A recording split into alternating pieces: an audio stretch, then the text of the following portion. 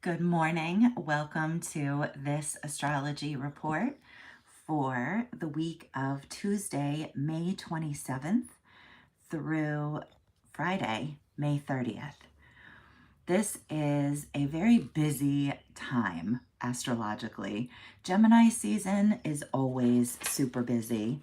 Excuse me while I continue to get my little amateur setup going here. Yeah, so Gemini season is always really busy. The time where the sun is in Gemini, or if you really want to be precise about it, the period after the Gemini new moon. And these days, those things are happening at around the same time. So we're having the experience of the sun moving into the sign, and then pretty shortly after having a new moon. And that's the case right now. As I'm recording this video, we are just coming off of the full moon being exact. Let's just sort of circle that here on the chart. My hope is that if you enjoy following along with the chart, that the stuff that I put up here is helpful, and that if you just want to hear the astrology, you can just kind of ignore that and enjoy the other things that we're talking about. So yeah, I'm really just wanting right now to really zero in on this sun and moon. When the sun and moon are conjunct, when they're together in the sky, that's when we have a new moon. And this new moon in Gemini is always a new start. A new moon is always a new start. So whichever house and sign you have ruled by Gemini, you have the opportunity to sort of plant some seeds right now that will grow in the 6 months ahead. And it just kind of ignites Gemini season in a whole other way. And it's definitely a little extra this year because there's so much else going on in the sky. Let me just actually take a quick sort of tour around here. You know what? I'm just going to completely lose the magnify and I'm going to do some circling. Let's do that. Maybe it even makes sense to sort of do some highlighting. Everything is all clumped together, so I'm struggling a little bit with understanding exactly how to display this. But okay, the sun and the moon are conjunct in Gemini, but Mercury is right there as well at this time. Oh, did that not work? I'm so sorry. Thank you for bearing with me. Anyway, Mercury is right there at this time as well, as you can see here. Okay, perfect. And Mercury is coming into a trine with Pluto, newly in Aquarius. Pluto fairly newly in Aquarius, considering it's Pluto. Pluto will be here for 19 years or so. And then we also have Gemini. We also have Jupiter, excuse me. Let's add one more doodle here that we really need in order to talk about. We actually have two more I need to add, but I'm going to do it really quickly. We have to talk about Jupiter at the very late degrees of Gemini. And I also want to talk about Uranus and Mercury together because they're close enough that that's relevant. Okay, so this is all of the astrology signatures that we're looking at for this week. These are sort of all of the relevant alignments. Well, I mean, there's also a lot going on over here in Aries. Oh, sorry, I'm adding too much today, and it's just kind of the way it is. I feel like we have to mention Saturn and Neptune newly conjunct in Aries as well. And while we're at it, maybe we can take a little moment with the nodes. Because when I'm thinking about the astrology overall for this week, it's busy. It's busy just like we are. And it's busy doing things that we haven't done before. So you might have a lot going on this week. And when you look at your list of things that you're doing, they may not be things that you did last week or the week before or even the month or year before. We are in fresh energy, new era type situation. And all Gemini new moons can be busy. Gemini season can be busy. Gemini is a very sort of cerebral sign. It can be a time of ideas and conversations and communication, but that's way extra this year because of all of this other stuff that's going on in Gemini. Okay, and one of the major themes that I see is about the sort of quality of the information that we're receiving this week, that we're sharing this week. The information that's coming in, there's two different primary signatures I'm looking at for this. First of all, Uranus conjunct Mercury. It's off sign now, but it was exact in the late degrees of Taurus just a few days ago. And those planets are still, they're still sort of communicating with each other in some way. And we're coming off of that very interesting alignment when they were exact at the late degrees of Taurus. Anyway, that is information coming in suddenly that can be shocking and surprising. It could be an insight coming in quickly, something that you wouldn't expect. Or it could be actual news or information, right? It could be a phone call, but it could also just be like an aha moment. But whatever it is, it is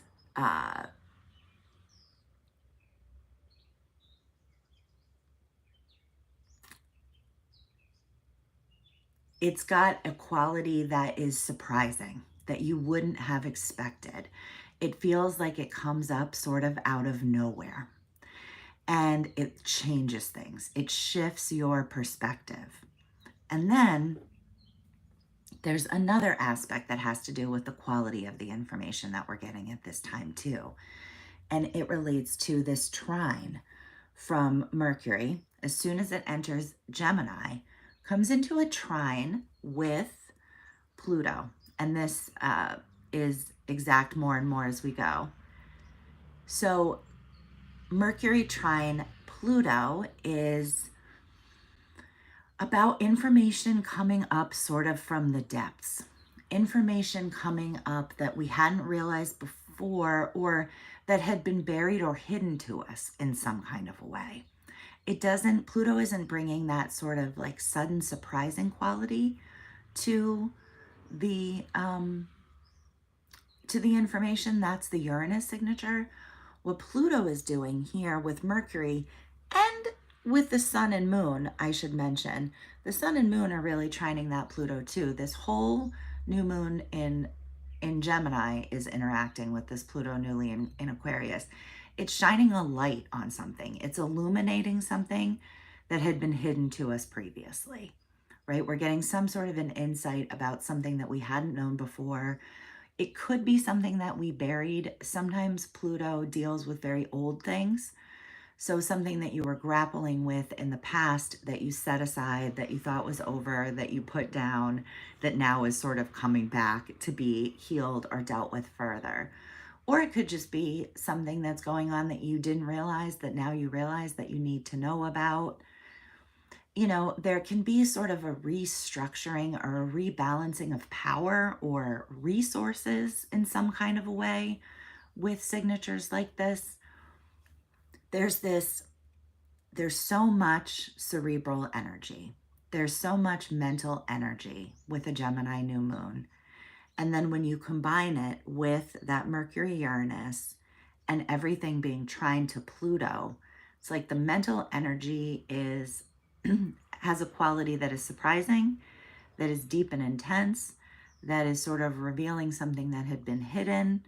You know, it's very interesting information that's coming in. So I think whatever we're busy with right now, it is new stuff. It is brand new stuff. And it's somehow helping to guide us by the hand into this new time, this new era.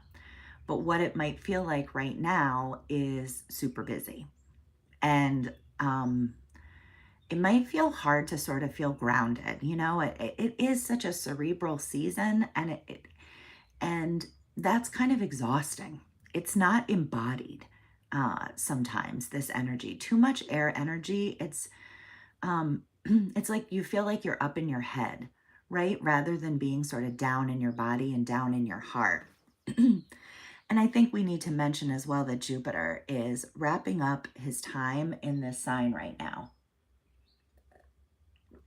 It won't be until June 9th that Jupiter moves into Cancer.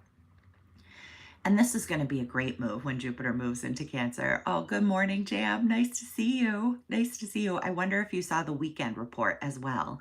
Go back and watch this past weekend report, Jam, if you didn't. I think there's a lot of interesting information there, and I'm glad to see you here today. Glad to see everyone here today. So yes, hi, Max. So when Jupiter moves into Cancer, Jupiter will be exalted. Cancer is Jupiter's very, very favorite place to be. So this is going to be a positive move. I think that it's going to bring in sort of emotional security for us on a deeper level than we've experienced it before, particularly in whatever area is Cancer ruled. So there's a lot of positivity to Jupiter moving into Cancer. Oh, thank you, Max. That's wonderful. And thank you, Jam. I hope you should both go watch the weekend report. I'm very happy to see you. And also check out the horoscopes on my channel. I am about halfway through June and May is up there. And there's a lot of information about everything I'm talking about today in the May horoscopes. So be sure to check those out too. At the end of the month, we get into the stuff I'm talking about today. Okay, sorry. I've interrupted myself so many times.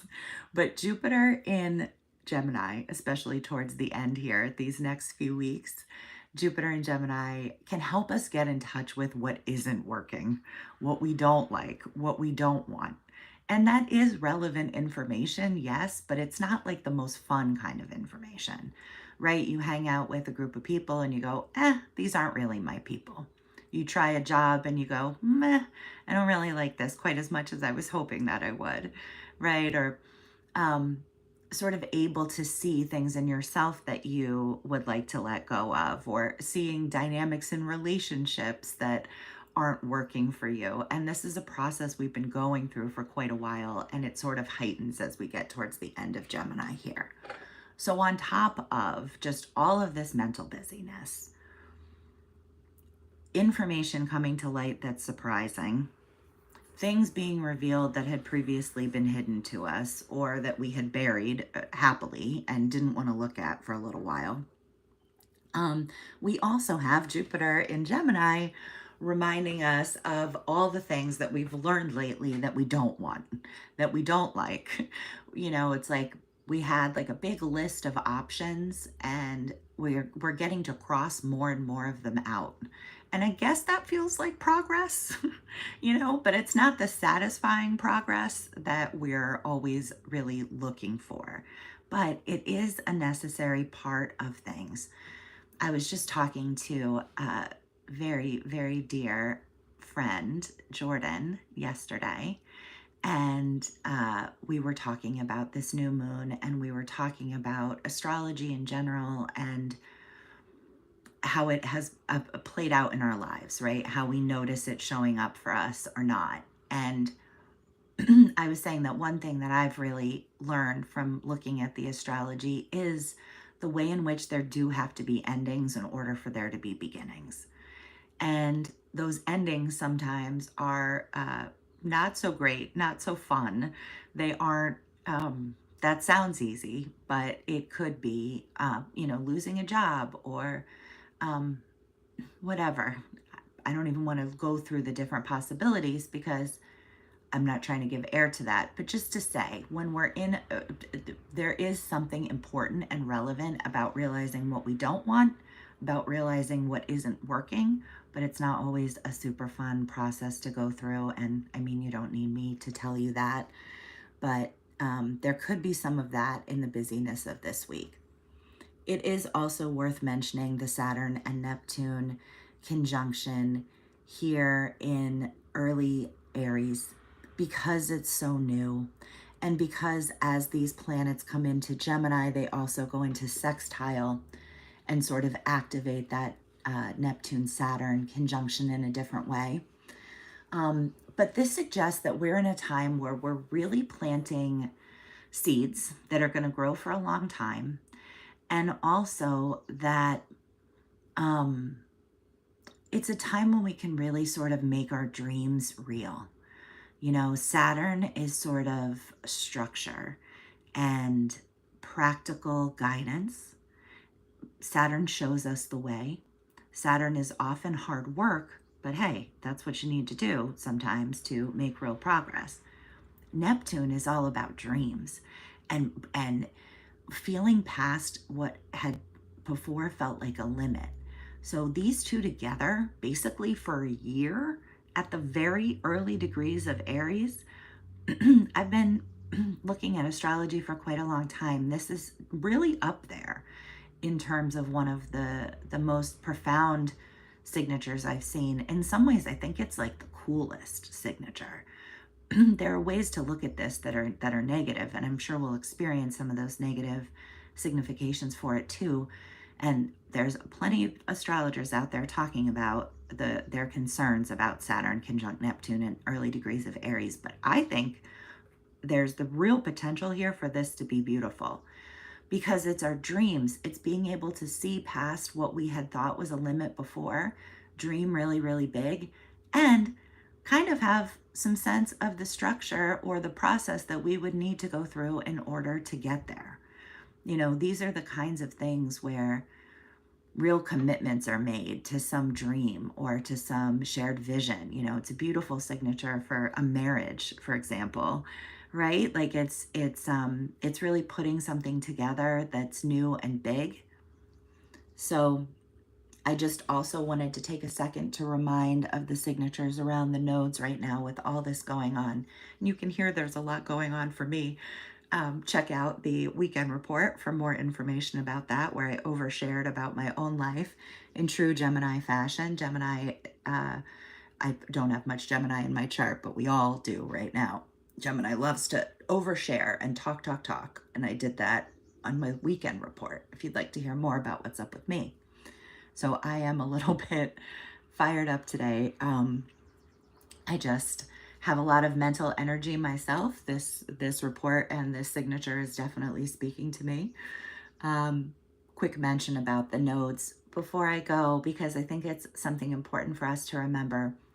Right now, we are really working on letting go of South Node signatures. Wherever the South Node is, we have the potential to let go of the more negative sides of that signature. With Virgo, that's over planning, overdoing, perfectionism, needing to have a plan for everything. This is a time we can let go of that a little bit. It moves us into a more authentic place of service and action in the world, not from a place of overdoing, overplanning, needing everything to be perfect. And we're supposed to be moving towards the higher sides of the North Node signature, which is in Pisces. So sort of a little bit of a feeling of surrender, of going with the flow, of trusting our instincts, of merging with the things around us, of allowing for dreams and new visions to form, of letting go of things that aren't working anymore. It's the end of the zodiac. So that's all I have for you today. Please check out the horoscopes on my channel for May and June, and have a wonderful rest of your day. Thank you so much for being here.